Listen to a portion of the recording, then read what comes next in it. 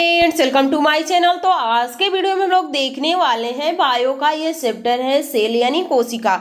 इसमें हम लोग देखेंगे ये चैप्टर वाइज आप लोग का क्वेश्चन की सीरीज चल रही है, तो इन क्लासेस को आप लोग जरूर देखिएगा।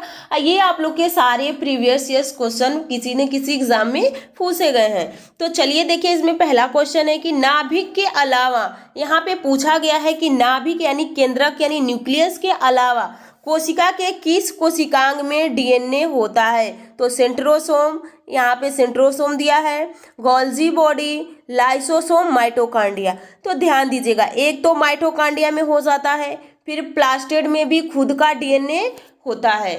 तो दो याद कीजिएगा, एक तो माइटोकांड्रिया और प्लास्टिड यानी डीएनए, दोनों में खुद का अपना डीएनए भी होता है। और यहाँ पे पूछा गया है कि डीएनए के साथ साथ इसमें 70S के राइबोसोम्स, जैसे आप लोग को पता होगा कि राइबोसोम्स के कितने प्रकार होते हैं, दो, एक 70S का होता है और एक 80S का होता है। 70 वाला होता है जो छोटे जीव में होता है, जिन्हें हम नग्न आंखों से नहीं देख सकते हैं, जिसको हम बोलते हैं प्रोकैरियोटिक, और यूकैरियोटिक में 80 होता है। लेकिन माइटोकांड्रिया में हमारे 70S का भी राइबोसोम पाया जाता है। अगला क्वेश्चन देखिए, अगला क्वेश्चन क्या पूछा गया है, यहाँ पे आप देख सकते हैं नाभिक के अलावा कोशिका के माइटोकांड्रिया तथा हरित लवक, यानी हरित लवक किसका भाग है, ये लवक यानी प्लास्टिड का ही भाग है, नामक कोशिकांग में डीएनए पाया जाता है, जो कि अनुवांशिक पदार्थ होता है। और ये जो डीएनए होता है वायरस के तरह सिंगल हेलिक्स ये डीएनए पाया जाता है, जो कि अनुवांशिक पदार्थ होता है, जो जीवों के लक्षण के संकेत सूचनाओं को जनपत्री की भांति जनकों से संतान में ले जाता है।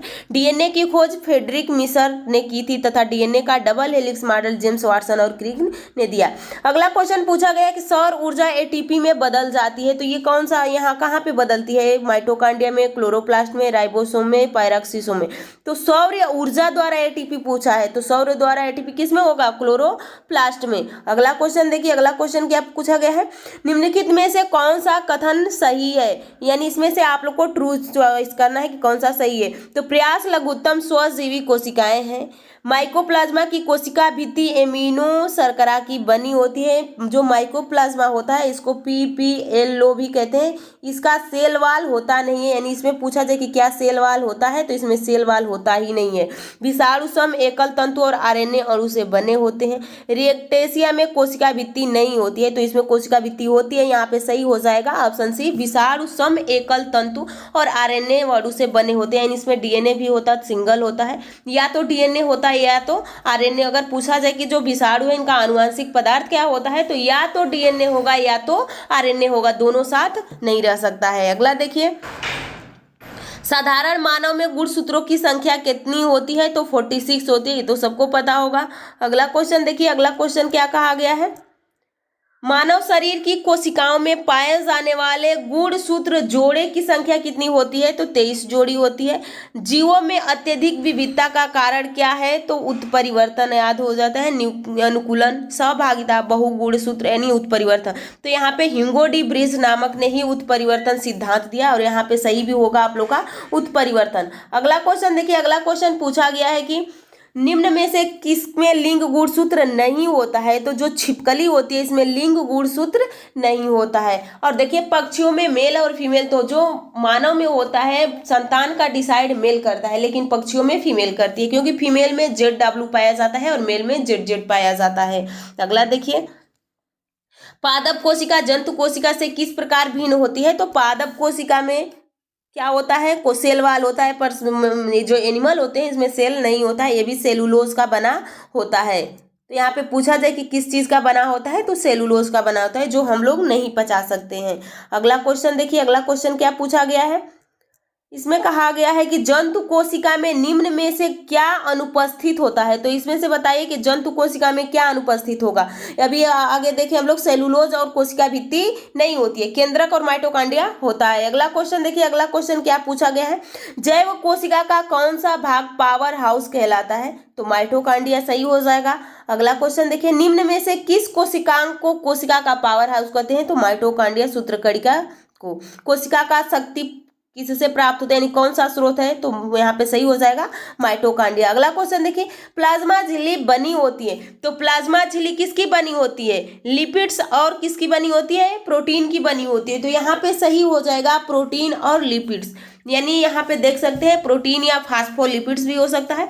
तो यहाँ पे सही ऑप्शन हो जाएगा ऑप्शन ए और बी, तो आपका डी सही हो जाएगा, यानी प्रोटीन बनी होती है और लिपिड्स की बनी होती है। यहाँ पे भी आप देख सकते हैं उसके बारे में डिफिनेशन दिया गया है।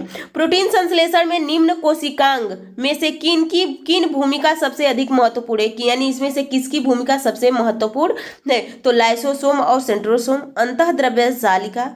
प्रोटीन संश्लेषण के लिए पूछा है, तो प्रोटीन संश्लेषण कहाँ होता है?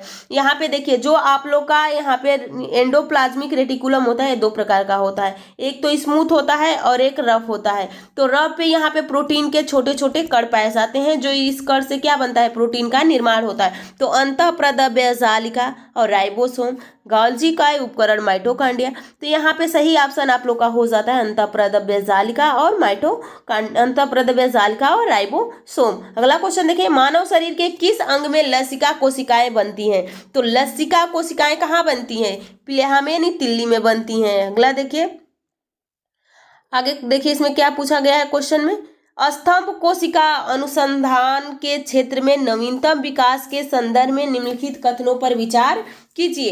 बीज पुट अवस्था पर भ्रूण मानव स्तंभ कोशिकाओं का एकमात्र स्रोत है। स्तंभ कोशिकाएं बीज पुटियों को नष्ट किए बिना प्राप्त की जा सकती हैं। स्तंभ कोशिकाएं वस्तुतः अनंत काल तक स्वयं ही पात्र संजीवित हो सकती है। भारतीय अनुसंधान केंद्रों ने कुछ कोशिकाएं रेखाओं को भी सृजन किया, जिन्हें कई प्रकार के ऊतकों में विकसित किया जा सकता है। तो ऑप्शन आप लोग का डी सही है, तीसरा और चौथा। क्वेश्चन क्या पूछा? स्तंभ कोशिका अनुसंधान के क्षेत्र में नवीनतम विकास के संदर्भ में निम्नलिखित कथनों पर विचार कीजिए। तो दूसरा में क्या कहा गया है? तीसरा में देखिए, स्तंभ कोशिकाएं वस्तुतः अनंत काल तक स्वयं ही पात्र संजीवित हो सकती हैं। अगला है, भारतीय अनुसंधान केंद्रों ने कुछ कोशिका रेखाओं को भी सृजन किया, जिन्हें कई प्रकार के ऊतकों में विकसित किया जा सकता है। अगला क्वेश्चन देखिए, निम्नलिखित में से कौन सा एक कथन प्राणियों में स्तंभ कोशिकाओं के प्रत्यारोपण के संदर्भ में असत्य है? तो ये प्राणी में जीवन भर स्वयं गुणन करती है, ये अंगों के क्षतिग्रस्त ऊतकों को मरम्मत करती है, ये एक या अधिक प्रकार की विशिष्ट कोशिकाओं की बनाने की क्षमता रखती है, ये केवल भ्रूण में पाई जाती है। तो यहाँ पे गलत हो जाएगा ऑप्शन डी। अगला क्वेश्चन देखिए, प्रक्रमित कोशिकाएं मृत की कोशिकाएं और आणविक संनियंत्रण भी को कहते हैं। तो यहाँ पे सही हो जाए अपोप्टोसिस। अगला क्वेश्चन देखिए, हमारे तंत्र में अधिकतम एटीपी अणुओं को उत्पादन करने वाला पद है। तो यहाँ पे क्रेब्स चक्र।